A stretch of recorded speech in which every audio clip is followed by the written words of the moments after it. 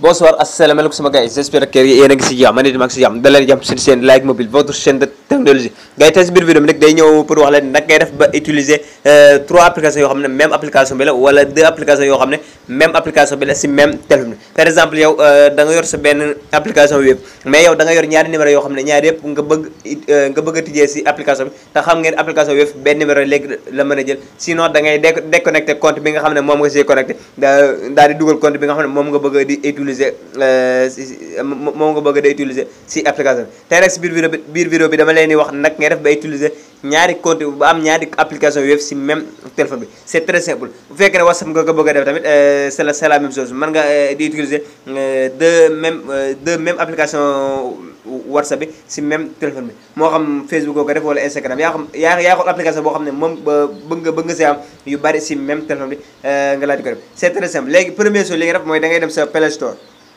Léegi boo demee sa Play Store nga dem sa barre de recherche bi, léegi nga tapé parallèle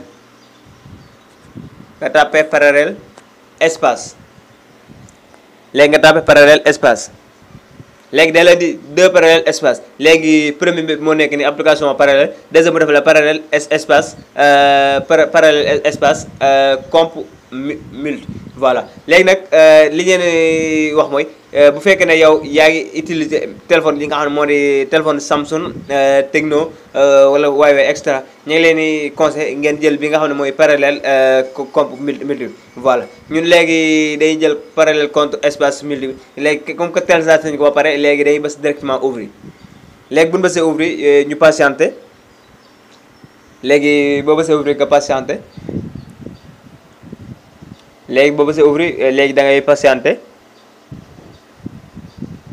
léegi boo bësee ouvrir ñu patienté,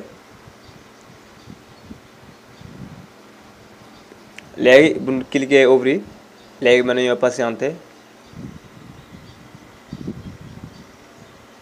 Parfois nag bu ñëwee day mën na leen di ay publicité ay extra la ñu patienté application bi tëjeeku.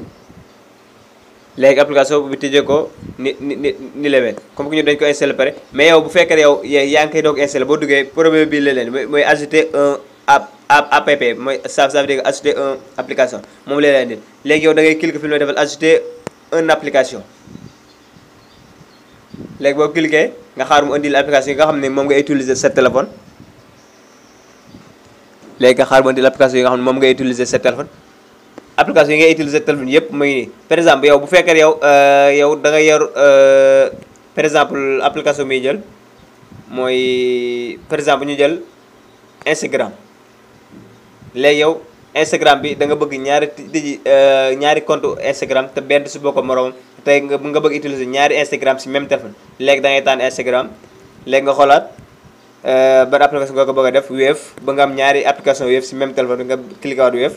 yaa xool application yi nga xam ne bëgg nga mu doon ñaar ci téléphone bi pour nga si utiliser sa 2 comptes en même temps.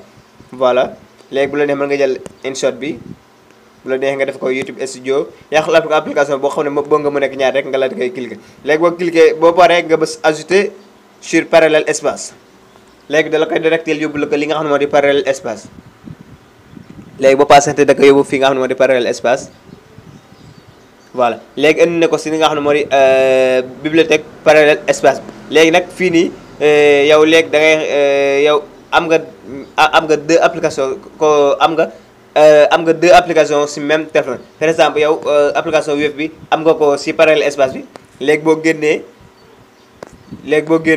da nga ko mën a amaat si li nga xam ne moo di sa menu téléphone bi. Voilà léegi bu fekkee ne da nga bëgg a utiliser application web bi si application web bi léegi si menu téléphone bi ak numéro bii nii léegi da ngay dugg si application nga xool numéro bi nga xam ne moom nga bëgg a tijjee. Par exemple Tigo bi moom ngay tijjee si fii nii. Bu fekkee ne da nga bëgg a tijji application Orange bi yow nag da ngay dem si li nga xam ne moo di application parallèle espace.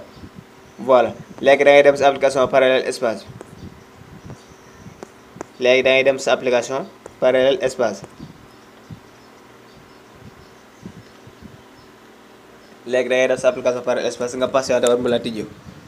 Par exemple yow bu fekkee ne yow da nga bëgg a tijji ñaar yëpp si même téléphone.